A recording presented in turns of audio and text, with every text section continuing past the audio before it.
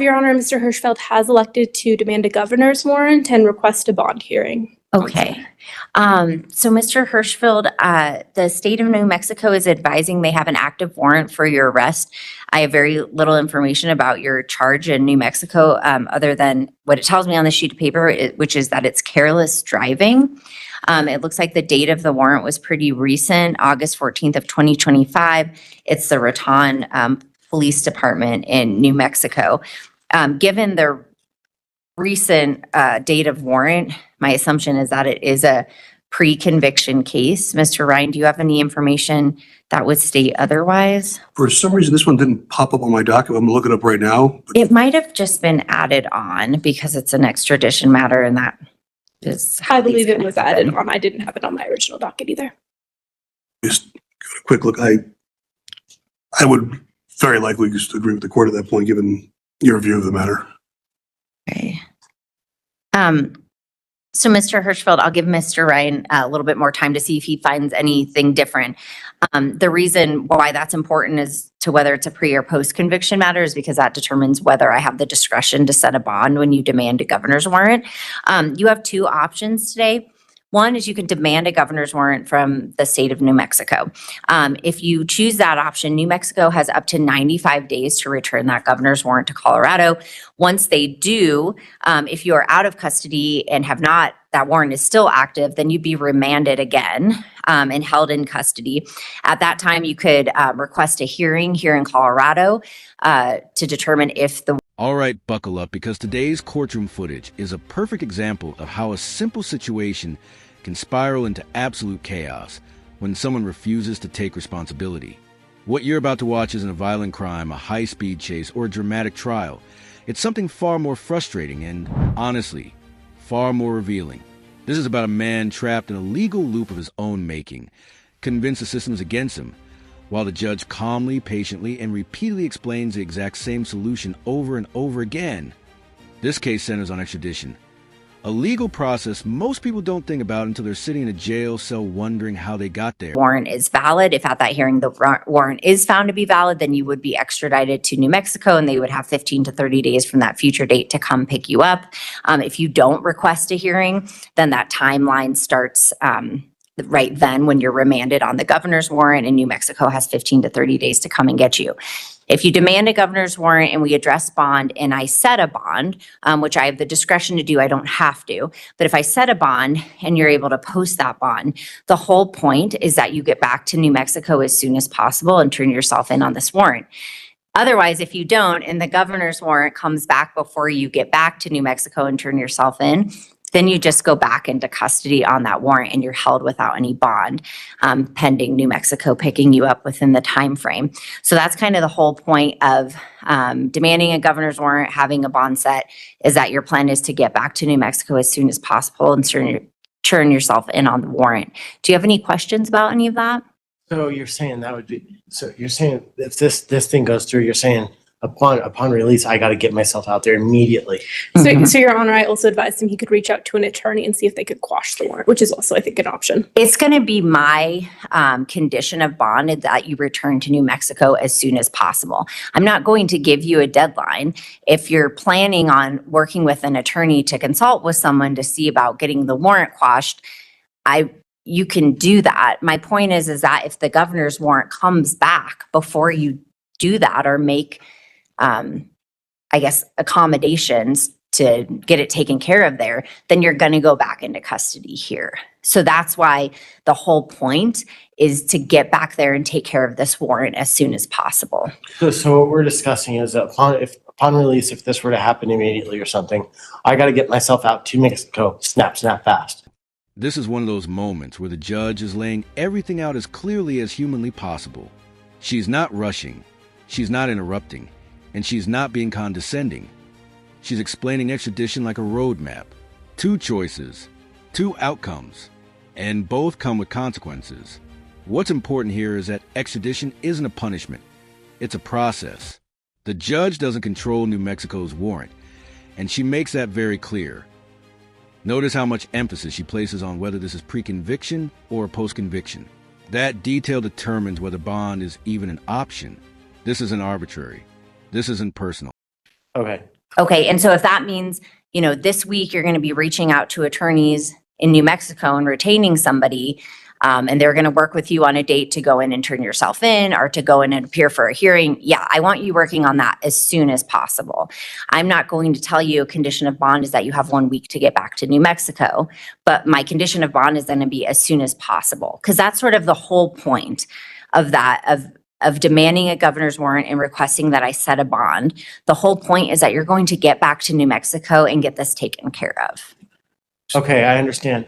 I understand the picture. Before leaving out of here, could we just jot this down, what we talked about on paper, making sure that I gotta get out there? Not that I don't have bad memory. As I was talking to her prior before you, I moved away from basically everything that I knew. Everyone that I knew to move to a new city and go to school that I didn't know anybody at. Mhm. So when I ended up doing that in the process, I basically walked away from my friends, all my acquaintances, everything that I knew, and started a new life.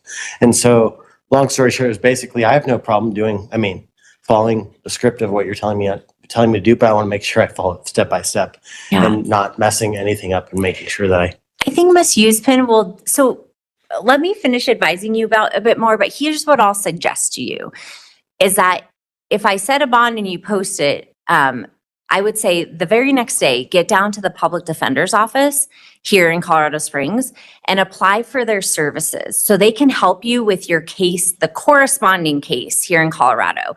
And then you'll have an attorney that can tell you exactly what I've ordered you to do as a condition of bond, right? And they can make sure that if you have any questions, you know what to do. I don't have a way right now to write everything down for you before you leave court today.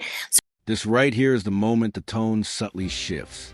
The judge uses blunt language, not to insult, but to cut through confusion. Snap, snap isn't sarcasm, it's clarity. She's saying in plain English that freedom comes with responsibility. If the court gives you the privilege of bond, the expectation is immediate action, not delay, not excuses, not emotional detours. What's fascinating is how the defendant keeps reframing the judge's words as pressure instead of instruction.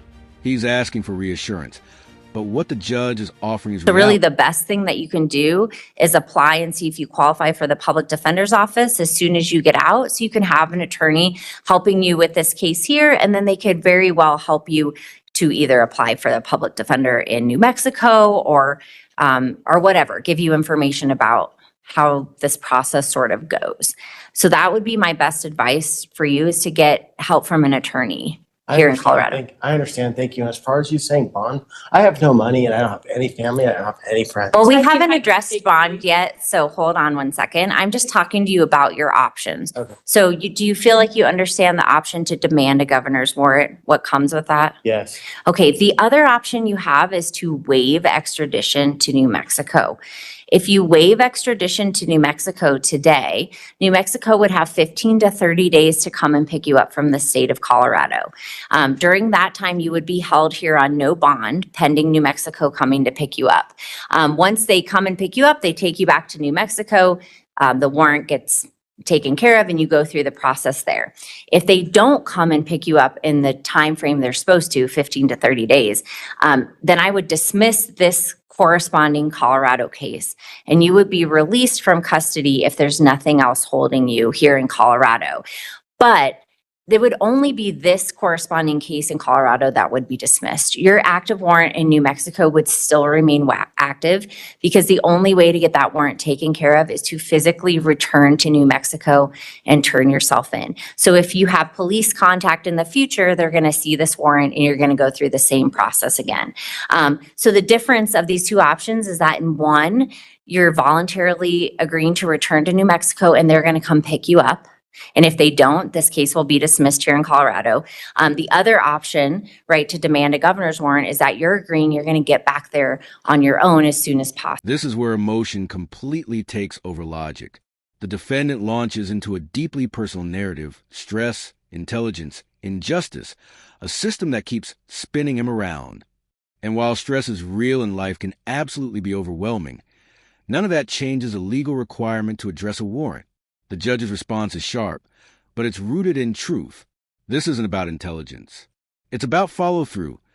What makes this moment so powerful is how common it is. People confuse feeling wrong with being legally right. The court isn't denying his emotions.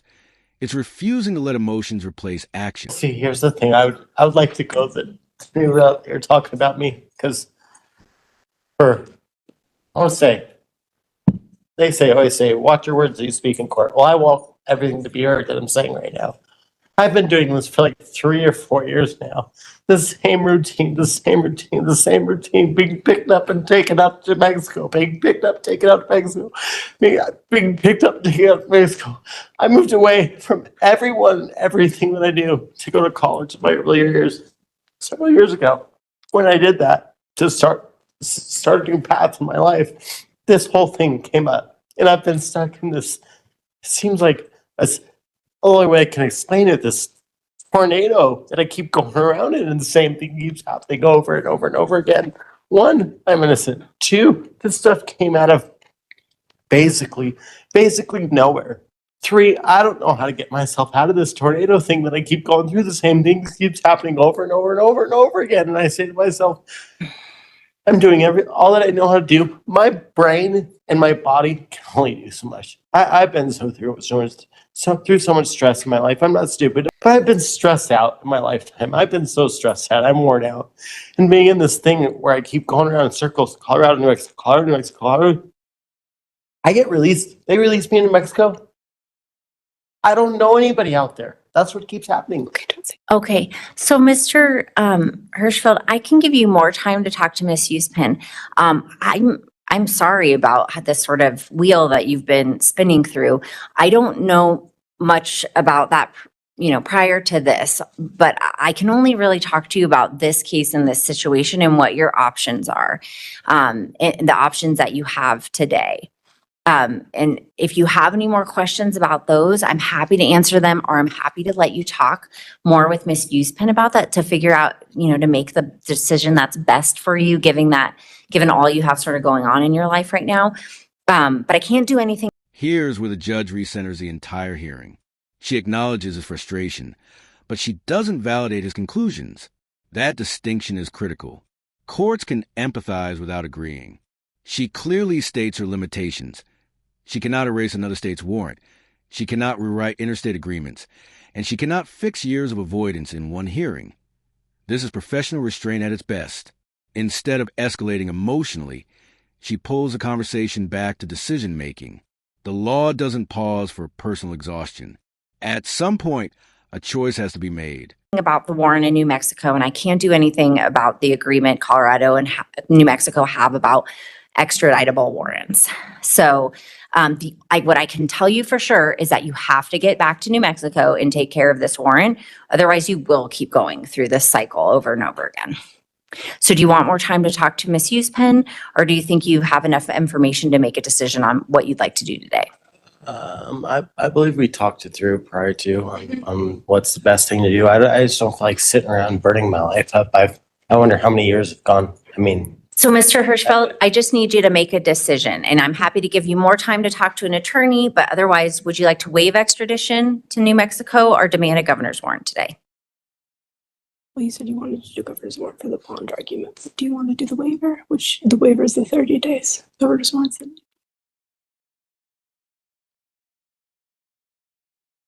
Keeps putting me in this circle. Yes. Waiver. You want to do the waiver? No, what I'm saying is that's what I keep doing, isn't it? Yeah, I don't know. I keep going in a circle over and over and over. That's how I get out of this. Okay. Governor's warrant. It's explained before. What? Okay, so Your Honor, I think we'll just take another minute. I'm sorry. Okay, no problem. Okay, has he made a decision on what he'd like to do today? Yes, Your Honor, he does want to pursue the governor's warrant and would ask that we argue bond. Okay, go ahead regarding bond arguments. Yes, Your Honor. So Mr. Hirschfeld has lived his whole life in Colorado. His family also lives in Colorado, but they're far out. As you know, it's a big state, so they're, I think he said, over 100 miles away. That being said, this is a careless driving case. It's a case that he has a lot of emotions about, as the court was able to hear, and a case he does want to resolve. He's just not sure how to get out of the cycle. I think with the help of the PD's office, and he has informed me he will go right to the PD's office, we can help get him set up with a step-by-step idea of how to reach out to the PD in New Mexico. This exchange perfectly demonstrates circular thinking in real time. The defendant recognizes a pattern. yet refuses to break it. He knows he's stuck in a loop, but instead of choosing the option that ends a cycle, he fixates on how unfair the cycle feels. That's the paradox. Awareness without action changes nothing. The judge and defense counsel both understand this, which is why patience starts within. Courts operate on decisions, not feelings. And when someone repeatedly says, "I don't want to waste my life," while actively delaying resolution, the contradiction becomes impossible to ignore. Mexico, how to work on getting this case resolved so that he can move on. I think in the past, he just doesn't know how to handle the court system. And I think he just needs guidance. Your Honor, I've also been informed by Mr. Hirschfeld that he is not going to be able to post any monetary bond. He does have a car, and he would be able to get to court, he's informed me. And he has a phone with which he's going to sign up for court dates and court reminders so he knows he can get here. My request would be to this court to be able to do a personal recognizance bond with a condition being that, of course, he makes every effort to get to New Mexico, and he works with potentially the public defender's office or any office to be able to set up and start this process. I think he'll be able to do it. And if the court would like to set earlier review dates in court, I think that would be appropriate in order to check on him and how he's doing. But this is a careless driving case. I think a personal recognizance bond would be appropriate. I think he wholeheartedly, and I think the court could hear it, just wants to get this resolved and put behind him. He just needs the help in figuring out how. All right, thanks, Ms. Huesman. Mr. Ryan. Yeah, Your Honor. So we have a couple complicating factors here. While it's listed as a careless driving case, I'm looking at 25 CR 45. That was a fugitive from justice case, which I believe is the same case, because it's a warrant from New Mexico. Governor's warrant was demanded and provided, and that has careless driving, but also aggravated fleeing and eluding, impeding traffic, failure to maintain. He was sent back to New Mexico on that warrant earlier this year and is now back again. I believe it's the same matter, same warrant that he did kind of evade from at that point. And while here in Colorado Springs in the last 2 years has picked up, it appears, 2 separate DUIs. So all these offenses involve some form of driving. I did notice a couple older FTAs. I haven't gotten through the full criminal history, but I guess the recency is what concerns me of, in essence, I'd like him to put this all behind him too. I think the most efficient way of doing that is getting him there and having it figured out. But it didn't appear to take last time when we followed the same track. And that was, I believe, in May of this year was the governor's warrant was signed by. Now we see defense counsel step in with damage control. This is advocacy, reframing emotion into structure. She emphasizes stability, local ties, the minor nature of the charge, and most importantly, a plan. Courts don't grant bond on sympathy. They grant it on reliability. Can this person follow instructions? Can they show up? Can they resolve the issue? The mention of public defenders, step-by-step guidance, and practical solutions is key. This is what the defendant has been missing all along. Direction paired with accountability. Well, I'm just looking at some of Mr. Hirschfeld's criminal history in Colorado. I'm seeing 24 CR 57. That's a case up in Teller County where he's charged with driving under the influence and eluding. And it looks, so I don't know, Miss Huesman, if you've had any time to look at that case. Your Honor, I have not. This was not on my original docket. Yeah, so just so you know, so I'm just looking through the history of that, and I think that would be helpful probably for your office to look at as well. But I do see that a governor's warrant was requested for a different extradition matter, and that's the 25 CR 45 case. That was an extradition case that was filed up in Teller County, but it looks like it's the same maybe case going on in New Mexico. A governor's warrant was requested. It was signed and returned, and bond was revoked on that case back in June. So you have been going through this cycle, but it's because this warrant in New Mexico hasn't been taken care of. So I'm concerned that one, Mr. Hirschfeld continues to drive, that there's a DUI case pending, now in Colorado. There's a new extradition case. I see 25M1010 up in Teller County as well, which is another DUI case. So I am concerned about community safety. I'm concerned that Mr. Hirschfeld may have some other things going on as I'm looking through the history in those other cases. And I'm concerned that he's not going to get back to New Mexico and take care of this. So given that information, I don't agree that a personal recognizance bond is appropriate. I'm going to set bond in the amount of $2,500 cash surety or property in this case. Obviously, if Mr. Hirschfeld is able to post that bond, and I know from your bond argument that it seems like that's not going to be possible, but if something changes, he needs to return to New Mexico as soon as possible and turn himself in on that warrant.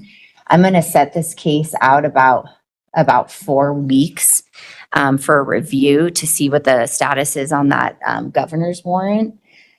And I'll keep this case here because I think all of his other cases are in Teller that I can see right now. So I'll just keep this one down here. Also, I don't think that, well, we'll just wait to see what happens with the governor's warrant, because since there's 2 other open cases here, I don't know that Colorado is going to release your hold, but we have to wait and see if that governor's warrant comes back anyway. So I'm going to set this for a review in 4 weeks on September 30th, which is a Tuesday. That'll be back in here in Division DST at 1:30. I was wondering if we could maybe set it 2 weeks out just to see if he can post. If not, he might decide he needs to waive. Yeah, any objection to that, Mr. Ryan? That's fine, Your Honor. All right, so that will, we actually will not be here on the 16th, so I'll set it to the 23rd. Okay. So September 23rd, which is a Tuesday. This case is a textbook example of how small, unresolved issues grow into life-disrupting problems. The judge did everything right. Clear explanations, patience, empathy, and firm boundaries. The defendant wasn't mistreated, unheard, or ignored. He was given choices. And those choices came with consequences. The takeaway is simple but powerful. Courts can guide you, but they can't carry you. Warrants don't disappear because life is hard. They disappear when you face them head on. If you found this case as eye-opening or frustrating as we did, hit that like button. Share your thoughts in the comments. And don't forget to subscribe for more jaw-dropping courtroom breakdown.